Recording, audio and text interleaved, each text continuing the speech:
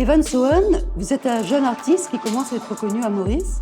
Racontez-nous, comment cela a commencé? Quel a été le déclic pour vous?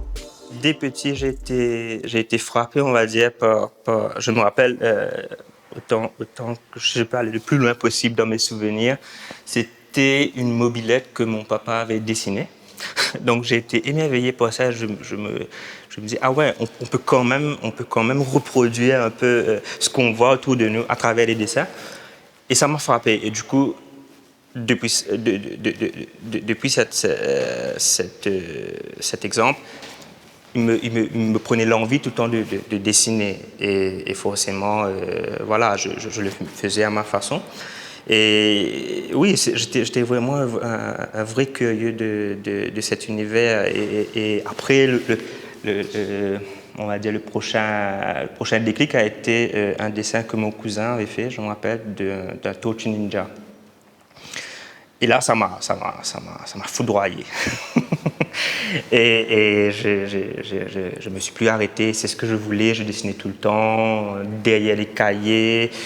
Je me rappelle, avant, derrière les cahiers, il y avait des tables de multiplication, etc. Et moi, tout le temps, je dessinais dessus pendant que maman essayait de me faire réciter ces tables.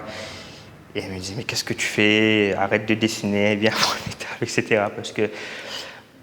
Parce que voilà, c'était comme ça. C'était pas encore vraiment, il n'y avait pas vraiment une ouverture, une compréhension à ça. Donc on se disait, ah ouais, c'est bien, il fait ça pour plaisanter et badiner. Donc c'est sympa, ça amusait, ça m'amusait, ça amusait tout le monde. Ainsi que les profs. Je me rappelle au collège, là je commençais à vraiment montrer un plus grand intérêt à ça. Mais je restais toujours dans le naïf, dans le dessin animé, dans la bande dessinée. Donc tout le temps, j'étais à créer des personnages, à raconter des petites histoires, des caricatures. Et là, je le faisais sur les tables à l'école. Je ne sais pas si les tables sont toujours là, mais il y en a plein où j'ai dessiné dessus. Donc voilà, et ça amusait les profs. Tantôt ça amusait les profs, tantôt ça les agaçait. Donc voilà, oui, le petit Evan, il avait toujours cette envie de dessiner. Et après, vous avez fait une formation? Après, oui, pour mes études tertiaires, je suis parti en formation, mais pas dans les beaux-arts ou bien dans la bande dessinée, mais dans le graphic design. Donc j'étais à Londres pendant 3 ans. Pourquoi le graphic design et non les beaux-arts? C'est parce que voilà, je me cherchais toujours. Je me disais, ok, peut-être que le dessin est une passion je ne sais pas où ça allait aboutir, mais je me disais que le graphisme était intéressant parce que ça pouvait venir ajouter à ce que je faisais, à donner une dimension différente. Et bien sûr, à cette époque, je n'étais pas encore vraiment averti dans les beaux-arts, etc. Donc voilà, je trouvais que ça se rapprochait, je pouvais vraiment donner une toute autre dimension à ça. Donc j'ai étudié le graphisme. Et effectivement, ça m'a donné une toute autre perspective et c'est venu ajouter d'autres épices dans la marmite. Et votre première production, du coup, publique, disons, ça a été la BD?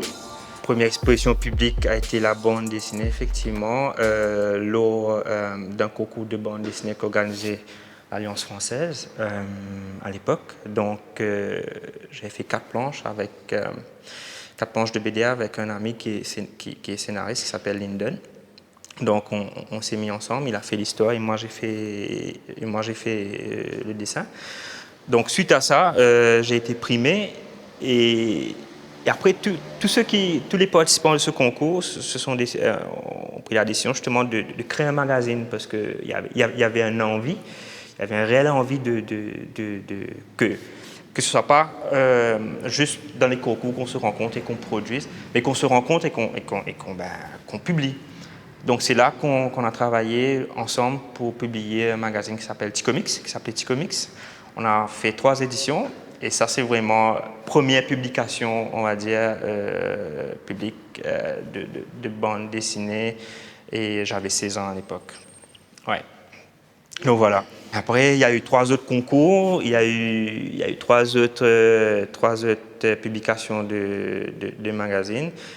Et après, j'ai été embauché pendant quelques mois au journal L'Hebdo.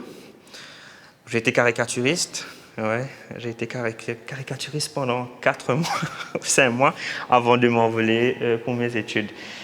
Et voilà, maintenant quand je pense à tout ça, je me dis que c'était vraiment un privilège parce que j'ai côtoyé plein de monde au niveau dans le milieu artistique et qui m'inspirent toujours. Il y en a qui continuent et d'autres qui ont fait autre chose. Mais je veux dire, tout ce partage, cette rencontre à l'époque, vraiment a apporté vraiment une base très solide, on va dire, dans ce que je fais aujourd'hui.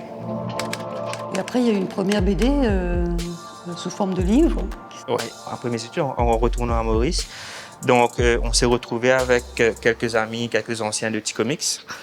Et on s'est associé à l'Institut français de Maurice et on a sorti une bande dessinée qui s'appelle Il était une fois.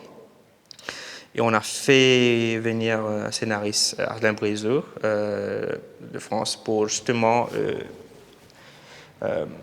guider ce travail pour pouvoir... il y avait tout un atelier avec les participants, les dessinateurs, donc on était à 8, je ne me trompe pas.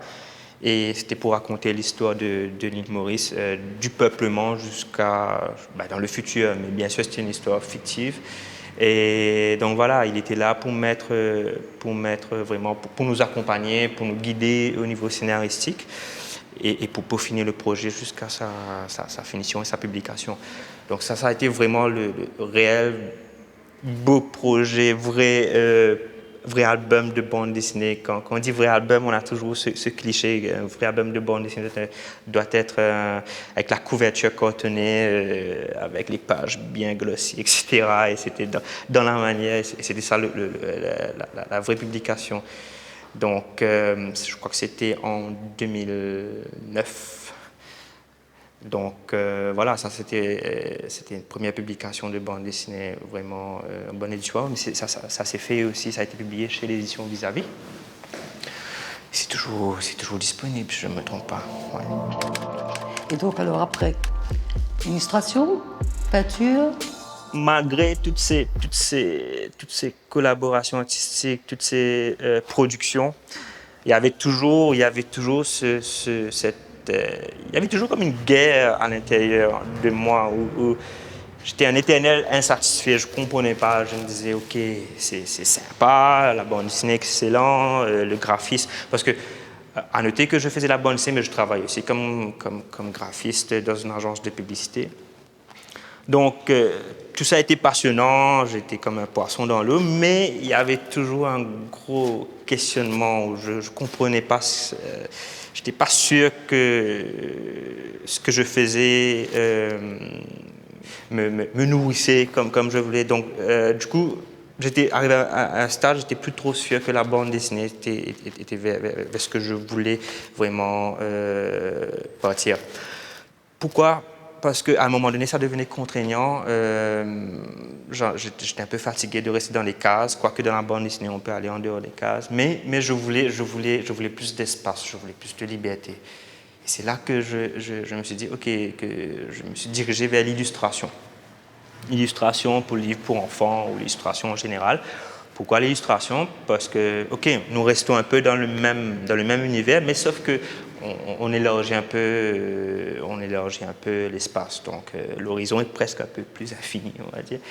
Et voilà, c'est là que je démarre dans l'illustration. Et là, j'ai des projets. On m'approche pour justement faire des livres illustrés. Et le vrai premier projet de livre illustré, c'est justement Lillette et Gaspard. Et il y a eu d'autres projets d'illustration commerciale ou événements culturels. Et là, vraiment, je prends plaisir à le faire. Et ça a été un beau parcours. Jusqu'à ce que, encore une fois, cette guerre, la guerre ne s'arrêtait jamais parce que, OK, j'ai eu l'illustration, parfait, excellent, mais j'étais toujours insatisfait, je ne comprenais pas. J'ai dit, OK, donc, qu'est-ce que je veux vraiment? Je ne comprends pas. toujours ce questionnement éternel jusqu'au jour où, lors d'un festival de livres, le festival de livres Confiance, je fais la rencontre d'un ami artiste, Gaël Froger, où il me dit, mais Ivan, tes illustrations, ils se prêtent bien dans la peinture, en peinture sur un tableau. Et là, bon, j'ai rigolé, je me dis, ok, je me vois. Pour moi, c'était inaccessible. Je me dis, ok, c'est resté là, alors hier, dans la tête. Jusqu'au jour où vraiment, j'achète un grand papier et je me mets à faire ce que je fais en petit format sur ce grand format. Et c'est là le gros déclic. Ça, je dis, ok, ça me parle encore plus parce que ça me permet de dire encore plus de choses. Donc voilà, c'est à cette étape où vraiment je me mets à peindre, à aller sur un grand format et où je me plais vraiment dans ce médium. Et en même temps, je découvre la peinture peinture murale, les fresques murales, toujours à travers, avec Gaël et deux amis, on va vraiment mettre nos pattes sur les murs. Et voilà, c'est de là où tout démarre.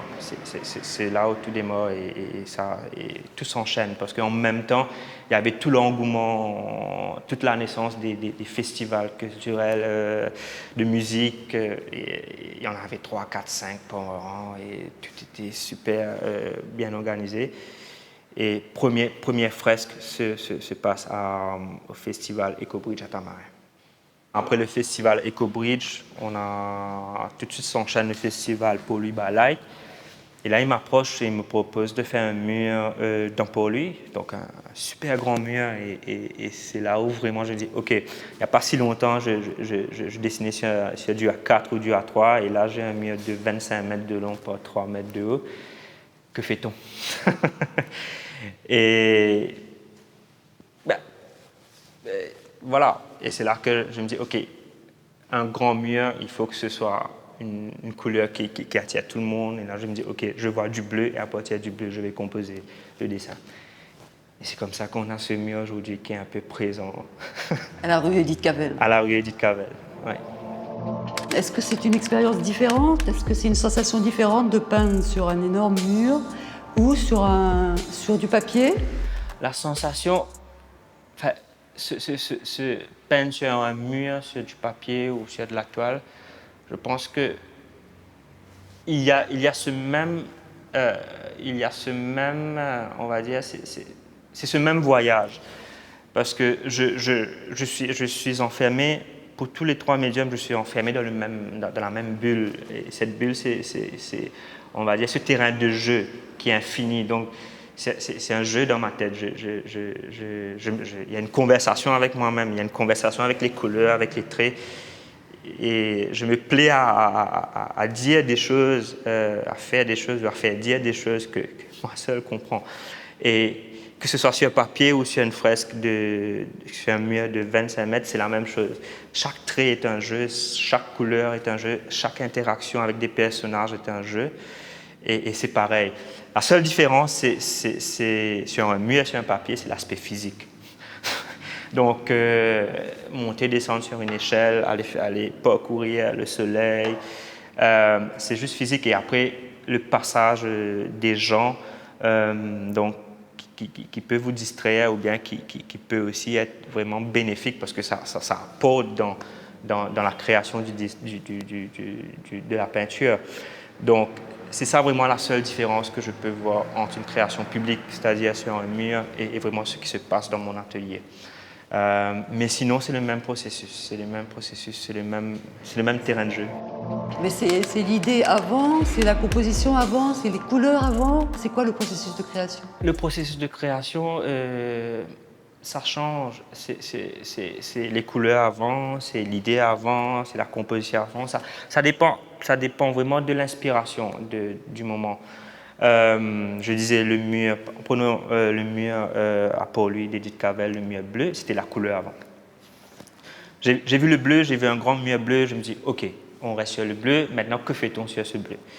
Donc après j'ai composé avec d'autres couleurs, avec l'histoire et la narration qui est venue.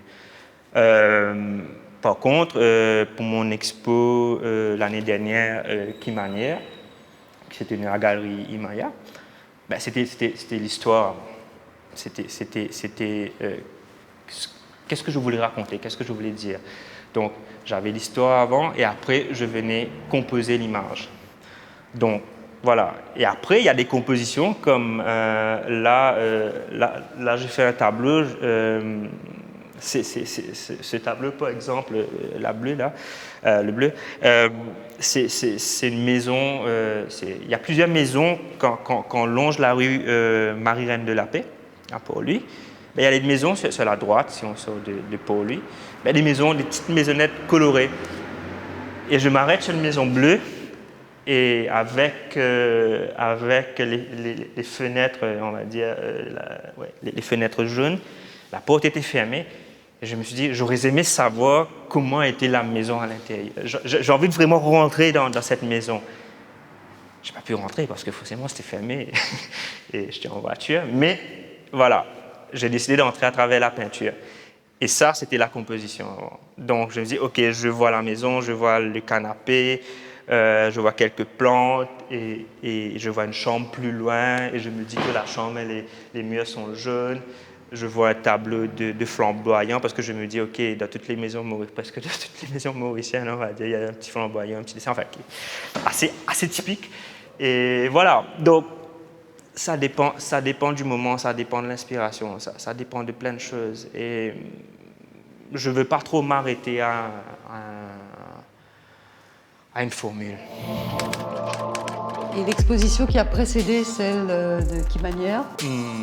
Alors, en 2017, Fréquenté, justement, qui s'est tenu à la galerie, toujours à la Galerie Imaya. Là, c'était encore différent. On va dire que c'était encore un peu plus... où j'étais dans l'exploration. Et Fréquenter, c'était vraiment l'idée où ce mélange, suite à mes fréquentations, suite à mon parcours, tout ce que j'ai appris, tout ce que j'ai pris durant ce cheminement, qu'est-ce que ça m'a apporté. Donc, il y avait ce mélange de l'univers du graphisme, de la photographie, de la bande dessinée, de la peinture. Donc, Fréquenter, c'était vraiment aller dans les endroits, on va dire, atypiques de Maurice, aller vraiment dans des ruelles, prendre des photos de bâtiments, des endroits abandonnés. Je prenais les photos et après, je repeignais sur ces photos. Mais il y avait tout un travail de graphisme, de mise en beauté de la photo. Et j'ai imprimé sur du papier, de peinture. Et là, je peignais sur la photo. Et c'est ça qui donnait justement, on va dire, qui a donné cette expo. Donc, c'était vraiment un beau mélange. C'était vraiment un remerciement, si tu veux, à tous ceux qui ont vraiment apporté dans la construction, si tu veux, de ce personnage, de cet univers qui s'est construit aujourd'hui. Et voilà. Mais en fait, quelles que soient vos productions, on reconnaît toujours la patte des Van Soen. Et en particulier les personnages Toudim et Bonhomme Sons, qui sont à la fois joyeux, tendres, mais en même temps un petit peu inquiets, préoccupés. Qu'est-ce que vous voulez dire par ces personnages? Il y avait, ça remonte un peu. Je crois que quand j'étais en études à Londres, j'avais un ami de classe. Voilà ce qui était intéressant parce que lors des études, il y avait un mélange. Donc moi j'étais fresh year, on va dire, de grade. Après on était mélangé à ceux qui faisaient des masters. Donc j'avais des étudiants qui étaient déjà dans le milieu artistique, qui étaient vraiment dans le milieu commercial, publicitaire. Et j'avais fait une peinture et il me dit, waouh, tes couleurs sont extraordinaires. J'aime bien tes personnages. C'est vraiment coloré, c'est vraiment fun, c'est vraiment joyeux. Mais il y a une très grande tristesse dans tes dessins. Et ça m'a frappé parce que c'est vrai, mais c'est la première personne qui me dit ça et c'est ce qu'il a vu avant. Et il me dit, mais tu masques un peu cette tristesse à travers ces couleurs. Je dis, ouais, ben, tu as tout compris. Et du coup, je me dis, OK, mais je ne peux pas éternellement mettre que de la couleur. Forcément, mon historique qui est la bande dessinée, c'est tout le temps de raconter. Il y avait tout le temps une narration à travers des personnages. Et moi, j'avais tout le temps cette envie de créer ce personnage. Et c'est comme ça, on va dire, qu'est venue, on va dire, la naissance de Tudim, qu'il est aujourd'hui. Mais Tudim, il a commencé à travers un chat. Il avait tout le temps un chat. Après, je me dis, mais pourquoi un chat? J'aime bien les chiens, parce que les chiens, on n'en trouve pas tous sur les rues mauriciennes. Et il est devenu un chien. Et je me dis, OK, mais le chien, je veux quand même qu'il ait des caractéristiques humaines, qu'il puisse se tenir debout, qu'il puisse danser. Donc, du coup, c'est là où le chien, il se met sur pattes, sur ses deux pattes. Et du coup, voilà, c'est là que Tudim, c'est là que, voilà, c'est comme ça qu'il est présent. Donc, à travers lui, ben, je raconte plein de choses, je dis plein de choses, je me cache des fois derrière lui. Et oui, il est entouré d'un monde coloré, d'un monde avec une musique vraiment entraînante, une musique joyeuse. Tantôt triste, tantôt mélancolique, mais voilà, il est ce qu'il est. Et à la fin du jour, c'est quelqu'un qui vit dans un monde où il se recherche, dans un univers où il se recherche, qui est en construction. Et c'est ça en fait. C'est ça qu'il raconte. Je ne m'arrête pas, je ne veux pas dire que voilà, il s'arrête à ça, parce que demain, je sais pas de quoi sera fait, et ce sera toujours là d'ailleurs. Donc, il y a, par exemple, pour mon expo Kimania à la galerie Maya, ben, je disais à la galeriste, OK, je ne vais pas mettre Tudim, je vais faire autre chose. Elle m'a dit, OK, mais 2 mois avant vraiment la date, ben, il est revenu en force stock. Vous avez, dans le cadre de la célébration du centenaire Hervé Masson, vous avez publié un livre qui s'appelle Hervé par Evan. Racontez-nous la genèse de ce livre. Qu'est-ce que vous avez voulu dire dans ce livre? C'était une aventure extraordinaire où vraiment je me suis mis des challenges où moi-même je ne savais pas que je pouvais le faire, dans le sens que c'est là où je propose, lorsqu'on m'a parlé du centenaire d'Hervé Masson et du projet qui allait se tenir tout le long de 2019, sans réfléchir, je propose de faire un livre sur cet artiste que j'admire non seulement par ses peintures, mais ce qui me touche vraiment, c'est un infatigable. Il ne s'est jamais arrêté, il est tout le temps à la recherche, tout le temps, il avait tout le temps soif de découvrir plein de choses, surtout de la peinture, l'écriture, la politique. Et c'était un vrai engagé. Il y avait tout le temps un désir brûlant de faire les choses avancer. C'est ça qui m'a beaucoup inspiré. Je me dis, OK, il faut en parler de ça. C'est pas... J'ai vraiment envie de raconter une histoire, tout de ça. Sauf que, comment? Il y avait l'idée d'un livre, mais quoi? OK, faire un livre de peinture, non. Oui, peinture, oui, mais comment accompagner ça de mots? Donc, mais en même temps, il n'y avait que moi qui savais comment dire ça. Et voilà.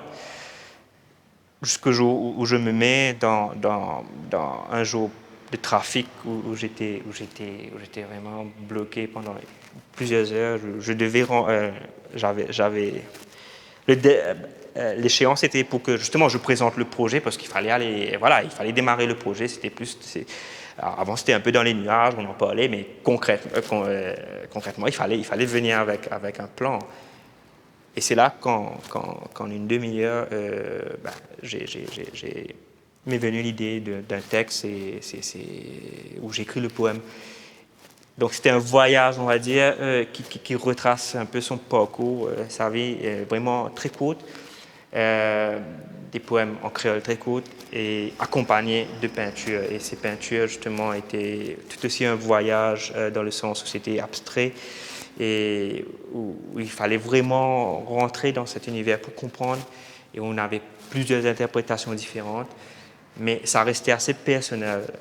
Donc voilà, c'était un gros challenge, mais un gros moment de partage qui a vraiment apporté si vous voulez, dans mon parcours.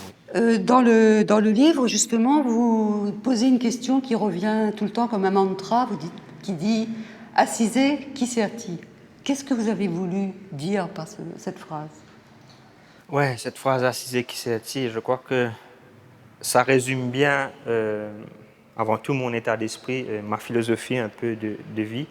Et c'est surtout, c'est ça qui m'a le plus parlé chez Hervé Masson. Lorsqu'on m'a raconté, lorsque j'ai fait mes recherches, et lorsqu'on me racontait un peu qui était ce personnage, Hervé Masson, et je me suis totalement retrouvé. Je me dis, ok, mais on partage un peu cette même philosophie. Et Assisé qui s'est ça veut juste dire pourquoi rester là à se contenter de ce qu'on a, mais allons découvrir, allons faire autre chose. Donc c'est un peu ça. Voilà pourquoi c'est un peu cette recherche artistique qui ne s'est jamais arrêtée, on va dire, dans mon parcours. Et c'est ça que je retrouvais chez Hervé, parce qu'il a fait plein de choses. Non seulement il est artiste peintre, mais il est aussi écrivain, fait de la politique, il était vraiment engagé dans ce qu'il entreprenait. Et voilà, je pense que c'est vraiment quelque chose qui m'a vraiment inspiré, justement. Et ça a été le fil conducteur un peu. C'est la base de toute l'histoire autour de ce livre. Quelles sont vos influences? Mes plus grandes influences restent on va dire, j'aime bien utiliser ce mot, mais cette sonorité, la sonorité de Maurice, c'est cette couleur, c'est un peu là, mon atelier, il est là, il y a beaucoup de passages autour, il y a du bruit, c'est ce bruit qui m'inspire, c'est les gens, c'est la façon, c'est la façon de vivre, c'est la musique, c'est les couleurs atypiques que nous retrouvons partout, c'est l'architecture mauricienne. C'est ce mélange. Donc ça m'inspire vraiment. Et c'est ça qui est le socle, on va dire, de création. Et forcément, vient se rajouter à ça les créations artistiques qui ont émané, on va dire, de tout ça. Donc il y a des artistes des artistes mauriciens et aussi internationaux qui ne cessent de vous nourrir. Déjà, Hervé Masson, j'adore ce que fait Fabien Kangourou. J'adore Charroux. Il y a tellement d'artistes qui m'inspirent un peu partout. Donc, je disais, le moment graphique, je me rappelle d'un auteur qui m'avait vraiment... c'était un gros déclic, c'était Jean-Philippe Stassen, c'est un auteur belge. Alors là, qui a un univers esthétique extraordinaire, mais tout en restant naïf, mais il a une façon de raconter les histoires qui vous foudroie. Et ça a été... Donc c'est un des artistes, justement, qui m'impressionne le plus.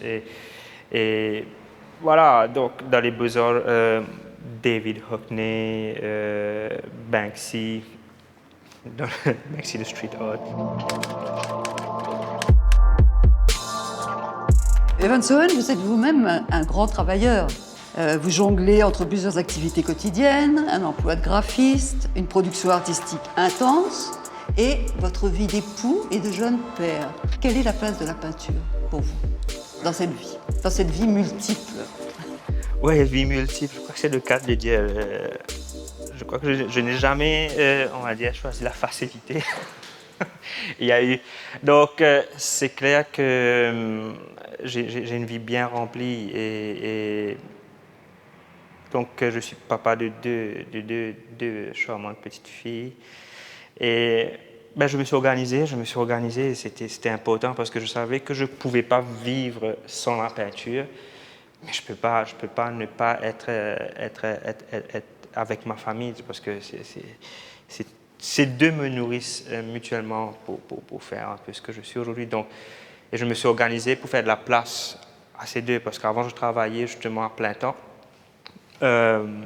Et j'ai vraiment décidé de me mettre à mi-temps et d'avoir du temps de créer en journée, donc dans les heures de bureau, on va dire. Et le soir, d'être avec ma famille, d'avoir du temps pour la famille. Parce qu'avant, quand j'étais à plein temps, je travaillais le soir, j'étais dans les week-ends, donc c'était tout le temps dans le travail. Et c'était vraiment, à la naissance de ma fille aînée, j'étais obligé, je ne pouvais pas, parce que la peinture a une place tellement importante. C'est ça qui fait que je sois un bon père. Parce que j'imagine même pas si j'avais laissé la peinture, je crois certainement j'aurais été frustré et peut-être que ça aurait été pas intéressant pour mes enfants, pour ma femme. Donc du coup faire ces places, garder ces deux-là, que ce soit un bon équilibre, je pense que c'est ça qui a été qui est un peu, on va dire, la formule qui marche pour l'instant. Et j'arrive à jongler et c'est vraiment épanouissant. Et les deux me nourrissent l'un et l'autre. Et voilà, que ça dure. Et comment vous voyez la suite de votre art? J'ai plein d'envies. J'ai tout le temps envie de faire des trucs, d'aller ailleurs. J'ai tout le temps ce désir d'animer mes études, de faire un dessin animé. Je ne sais pas, peut-être que ça va être ça, lors d'un projet. Mais sincèrement, ça reste, je me plais dans les tableaux, je me plais dans ces formats, je pense que je vais rester dans ces formats, sauf que c'est encore en évolution. Lors de discussions avec un ami il y a quelques jours de cela, où je le partageais, mais je me rends compte que maintenant, je deviens l'opposé de qui j'étais avant mon idéologie. Avant, j'étais un impatient. Je devais faire un tableau en un jour. Je disais que, ok, je vais pas m'attarder, je vais vraiment essayer de trouver l'essence de ce que je vais dire en quelques traits, en quelques jets de peinture, et c'est fini parce que j'étais un impatient. Je voulais voir le tableau terminé. Et aujourd'hui, ce tableau-là, ça fait 5 semaines que je suis à le peindre. Et non seulement l'univers graphique, il devient de plus en plus minutieux. Avant, c'était toujours minutieux, mais c'était dans la rapidité. Et c'est là qu'il me dit, mais c'est l'évolution. Donc, je ne sais pas demain comment sera fait, mais je pense que pour moi, ce que je souhaite, c'est que demain soit toujours dans l'évolution constante, parce que je pense que c'est ce qui est le plus important. Merci Evan Sowen. Merci.